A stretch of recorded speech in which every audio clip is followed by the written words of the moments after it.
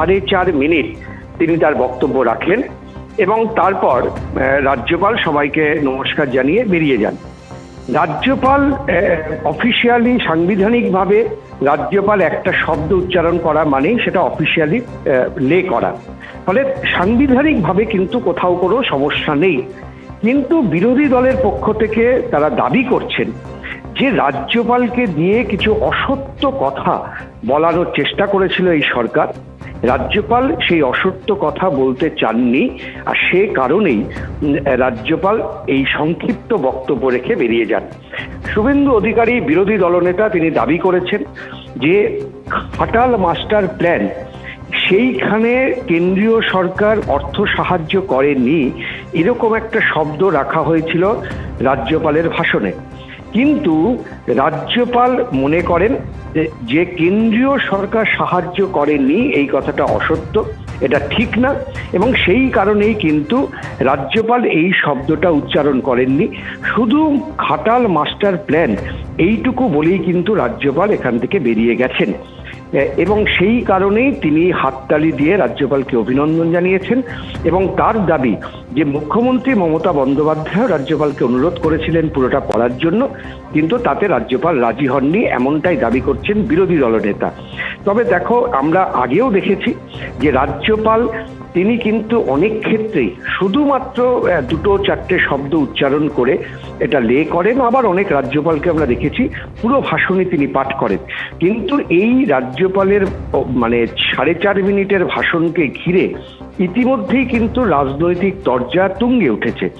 BJP বিধায়কদের দাবি যে এই যে ঘটনাটা, এটা রাজ্যপালকে দিয়ে সরকার বিরোধী মন্তব্য সেটা করাতে পারল না সরকার, এটা সরকারের ব্যর্থতা। বারবার বিজেপি বিধায়করাই দাবি করছেন, যদিও সরকার পক্ষের দাবি যে এটাই প্রথা।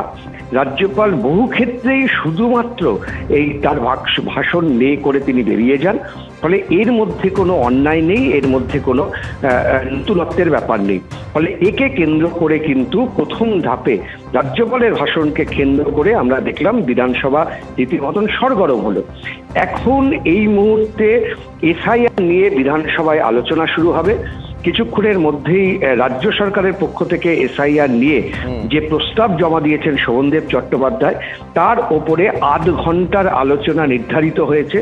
কথা ছিল আগামীকাল এই আলোচনা হবে, কিন্তু আজকে শেষ পর্যন্ত বিএ কমিটির বৈঠকে ঠিক হয় যে 1/2 ঘন্টা আজকেই বিধানসভায় আলোচনা হবে, কারণ মুখ্যমন্ত্রী মমতা বন্দ্যোপাধ্যায় তিনি বিধানসভায় রয়েছেন, বিরোধী দলনেতাও আজকে বিধানসভায় আছেন, এবং তারপর বেলা 2:30 নাগাদ বাজেট পেশ করা হবে। বেশ, উজ্জ্বল, তোমাকে ধন্যবাদ। অর্থাৎ এরপরে প্রথমে এসআইআর নিয়ে যে প্রস্তাব রাজ্যের তরফে আনা হয়েছে তার উপরে 1/2 ঘন্টা আলোচনা, 2:30 নাগাদ বাজেট পেশ হবে।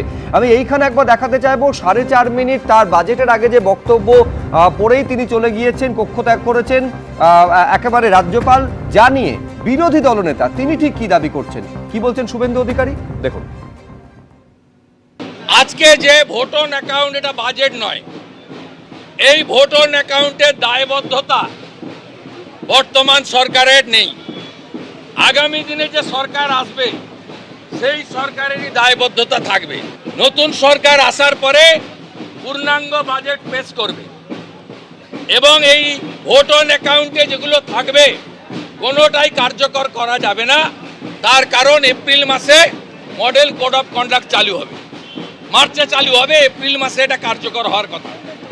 এই বাজেটে থাকছে সিভিক ভলেন্টিয়ার, ভিআরপি, আশাকর্মী, আইসিডিএস এর কর্মীদের সামান্য কিছু বৃদ্ধি, সামান্য, যেটা তাদের দাবি এবং সংসার চালানোর পক্ষে মানানসই নয়। লক্ষ্মী ভান্ডারে কয়েকশো টাকা বাড়ানোর একটা